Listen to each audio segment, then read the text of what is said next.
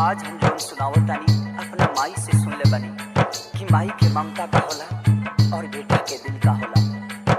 सुनी ध्यान से सुन ल भाई एगो बेटा के कहानी, मनमोहनी के जाल में पड़ के कैलस बड़ा नादानी। भैया जब वो कोठा के लड़की से वो लड़का के प्यार हो गई तो वो कहा शर्त रखलस। सुनी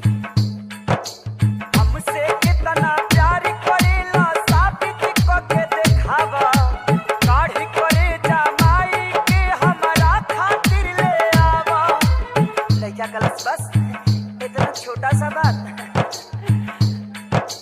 चिड़िया जाल में फंस के तब वो घर पे कमीना आइल, काहे मुंह झुराइल तो हर हो खबर लाल बुखाइल।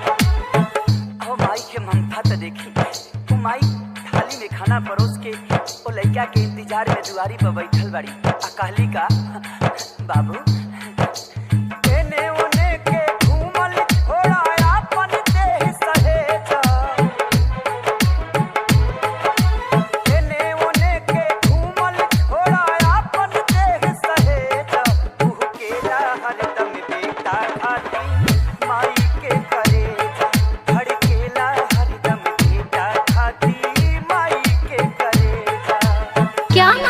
डीजे फूलचंद, डीजे फूलचंद, नेवरी गौरा चौराहा, नेवरी गौरा चौराहा, नेवरी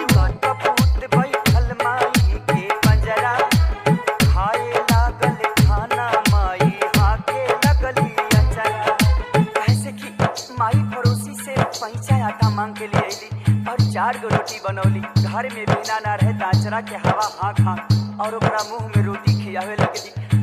अपने पानी पी के सुत गई, लेकिन वो बेटा कैलस का बीच के खंजर सीना में मरल सबू अपना माई के, काढ़ी करे जा लेके चलल ना आइल दर्द कसाई के। ओकर से जब गिरल करे जा कहलस ममता जागल, हे बचवा कहीं पैर में तोहरा चोट त नहीं लागल।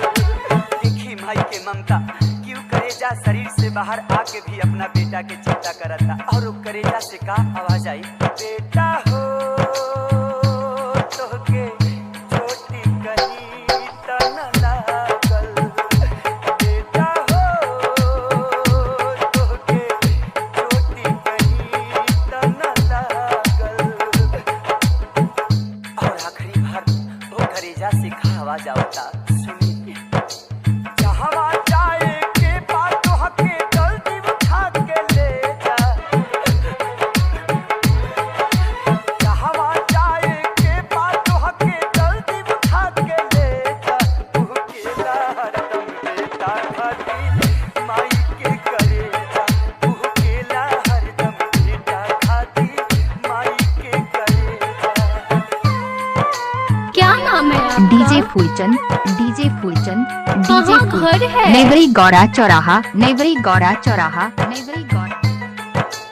एक करेजा कहलस देखा के तना हई दीवाना हम, तोहरा खातिर माई के भी कैनी याद के गाना हम। ठोकर मार के कहलस उल्टा कैसन बाड़ा लाल हो, हवस के भूख में पड़ के माई के कैला हालाल हो। आज तलक न देखनी तोहरा जैसन बुद्धि कसाई के, हमर कहो खबर